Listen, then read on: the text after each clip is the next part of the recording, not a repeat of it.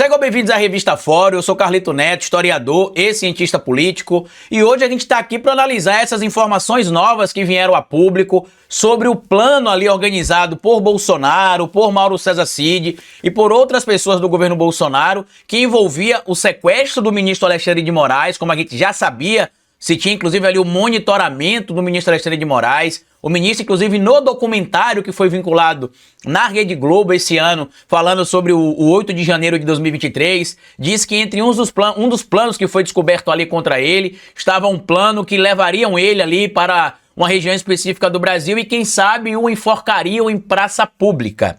Agora, de acordo com as informações que estão sendo divulgadas por vários portais, inclusive de notícias, mas que foi descoberto ali por jornalistas da UOL, se não me falha a memória, a gente precisa dar o crédito corretamente aqui a quem faz o trabalho, se trouxe ali as informações. Deixa eu só trazer para vocês os créditos aqui. Os créditos vai para Thaís Bielinski e para o José Roberto de Toledo do portal UOL. Ele traz informações ali que a Polícia Federal teria conseguido descobrir e recuperar materiais que estavam presentes ali em equipamentos eletrônicos do Mauro César Cid, que trariam planos ali que iam desde o sequestro do ministro Alexandre de Moraes até o sequestro também do ex-presidente Lula. O que a polícia descobriu? Se descobriu ali que existia um monitoramento do ministro Alexandre de Moraes, um monitoramento do presidente Lula, e que naquele pedido de alteração da tal minuta golpista que o Bolsonaro pediu ali para se tirar o nome do Rodrigo Pacheco e do Gilmar Mendes da lista das figuras públicas que deveriam ser presas ali para poder tentar dar o golpe de Estado no nosso país, se sabe que, em tese, foi tirado o nome do Gilmar Mendes, foi tirado o nome do Rodrigo Pacheco, mas teria sido inserido o nome do presidente Lula. E que, inclusive, esse trabalho ali de acompanhamento, esse trabalho de fiscalização, esse trabalho de vistoria, digamos assim, para poder se ter ali o acompanhamento para se prender Lula, se prender o ministro Alexandre de Moraes, envolvia até mesmo uma pesquisa para saber qual tipo de armamento era utilizado pelos seguranças do presidente Lula, pelos seguranças do ministro Alexandre de Moraes, e que esses indivíduos, inclusive, orientados ali por figuras do alto escalão do governo Bolsonaro àquela altura, estavam se preparando, inclusive, para um confronto armado. Ou seja, eles estavam quase que agindo ali de forma radical no nível de alguns indivíduos que a gente vê aí no mundo, que estavam indo pro tudo ou nada. Eu vou lá, se eu não conseguir pegar aquela pessoa, eu posso matar ou eu posso morrer. E eles, em tese, estariam dispostos a fazer isso. O grande problema, que talvez não estava ali nos planos de muitos desses indivíduos, é a questão de que eles seriam pegos e que, por exemplo, alguns membros das Forças Armadas, entre eles, por exemplo, o Carlos Batista Júnior da Aeronáutica e o general do Exército, ali, o comandante do Exército, o Freire Gomes, não iriam entrar nessa barca furada, como a gente tem citado aqui há um certo tempo, para tentar dar um golpe de Estado. Muita gente, mesmo com essa vastidão de provas que tem sido divulgada agora, que tem se trazido ali, que tem inclusive complicado a já complicada situação do Jair Messias Bolsonaro, lamentavelmente ainda tem duvidado da questão da punição do Bolsonaro, se ele vai ser punido, se ele não vai ser punido, se ele vai ser condenado, se ele não vai ser condenado. Eu fico muito preocupado e triste ao observar que tem gente do campo da esquerda que realmente tem achado que o Donald Trump, presidente dos Estados Unidos da América, vai vir aqui no Brasil, vai dizer como é que o Poder Judiciário brasileiro tem de atuar, tem de agir, e que vai, inclusive, ali permitir que o Bolsonaro seja candidato porque o Trump quer.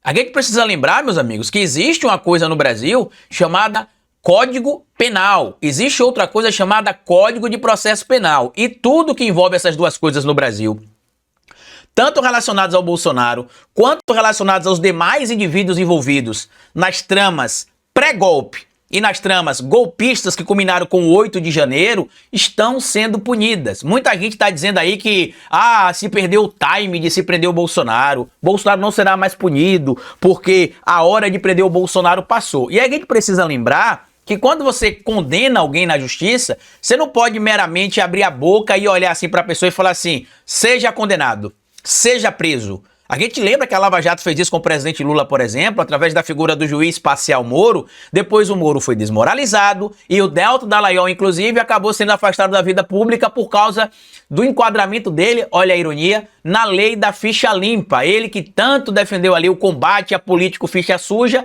caiu inclusive ali na lei da ficha limpa. Então, essas informações, elas são sólidas e elas trazem ali o entendimento de que a Polícia Federal fez um excelente trabalho organizando e reunindo todas estas informações para que chegasse ao conhecimento agora da Procuradoria-Geral da República, para que a denúncia formalizada pelo Ministério Público Federal seja feita e que o próprio STF possa fazer ali um andamento dessa denúncia. Eu até achei engraçado essa semana, né, que eu vi um colunista muito famoso aí de um veículo da mídia tradicional, filho também de um jornalista muito famoso, né, o famoso Nepo Baby brasileiro, né, que basta ser filho de um pai famoso em um veículo de jornal da grande mídia que automaticamente ele vira colunista desse grande veículo da mídia, ele vira comentarista político em um veículo de grande repercussão.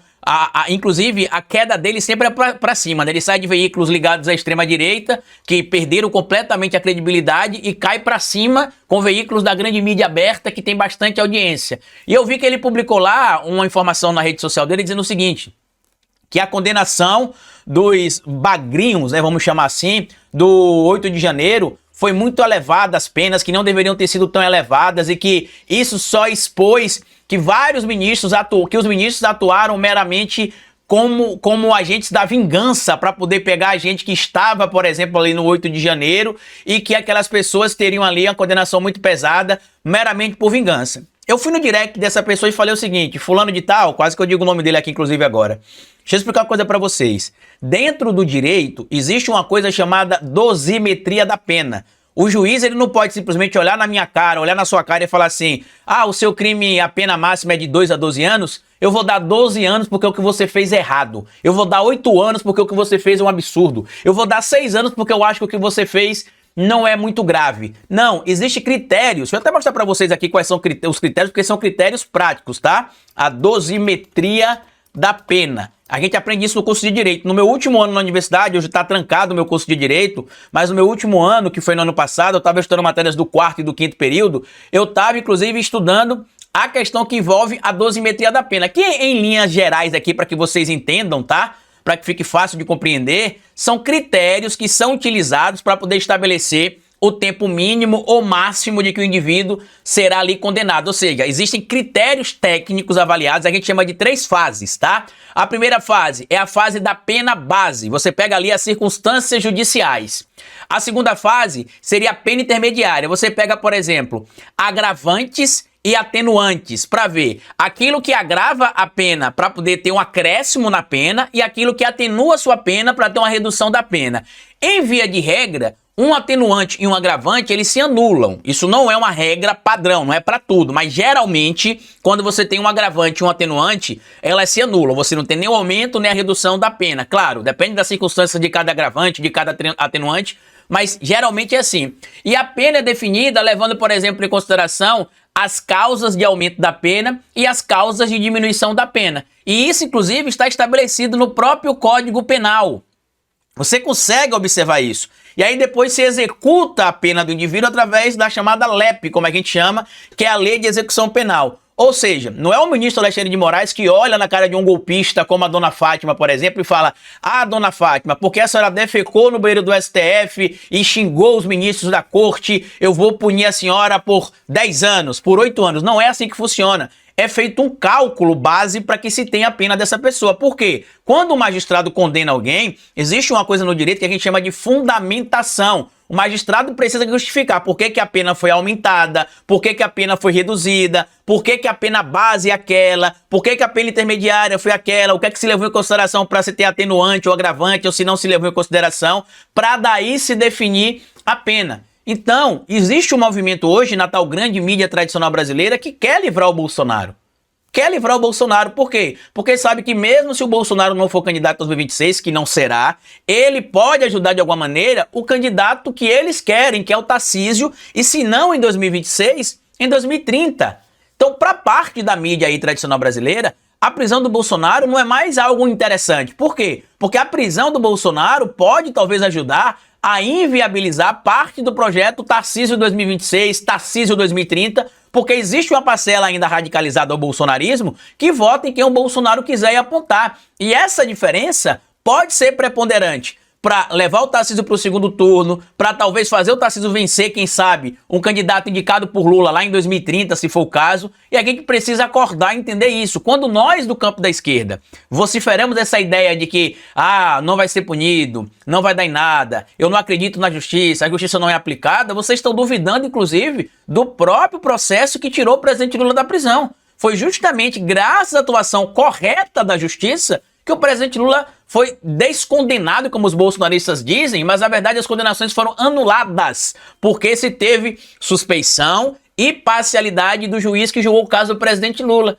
Imagina se todo mundo continuasse com o discurso de que o Lula é isso, o Lula é aquilo, o Lula não volta mais pra política, o Lula já acabou na política, não vamos discutir mais o futuro do Lula, esqueçam Lula. O Lula estaria fora do jogo político hoje. Então a gente precisa também ter um pouco de maturidade para entender que a política não vai acontecer sempre como a gente quer, a justiça não vai agir da maneira que a gente quer, mas existe um prazo legal para que isso aconteça, e estas informações que surgiram agora envolvendo os dados coletados do celular do Mauro Cid e de outros aparelhos eletrônicos, não foi só o celular, é um alerta importante para aqueles que duvidavam. A polícia está fazendo ali um relatório fechadinho e se prorrogou, inclusive, a data, acho que em outubro, se tiver prorrogação por mais 60 dias para se concluir alguns detalhes.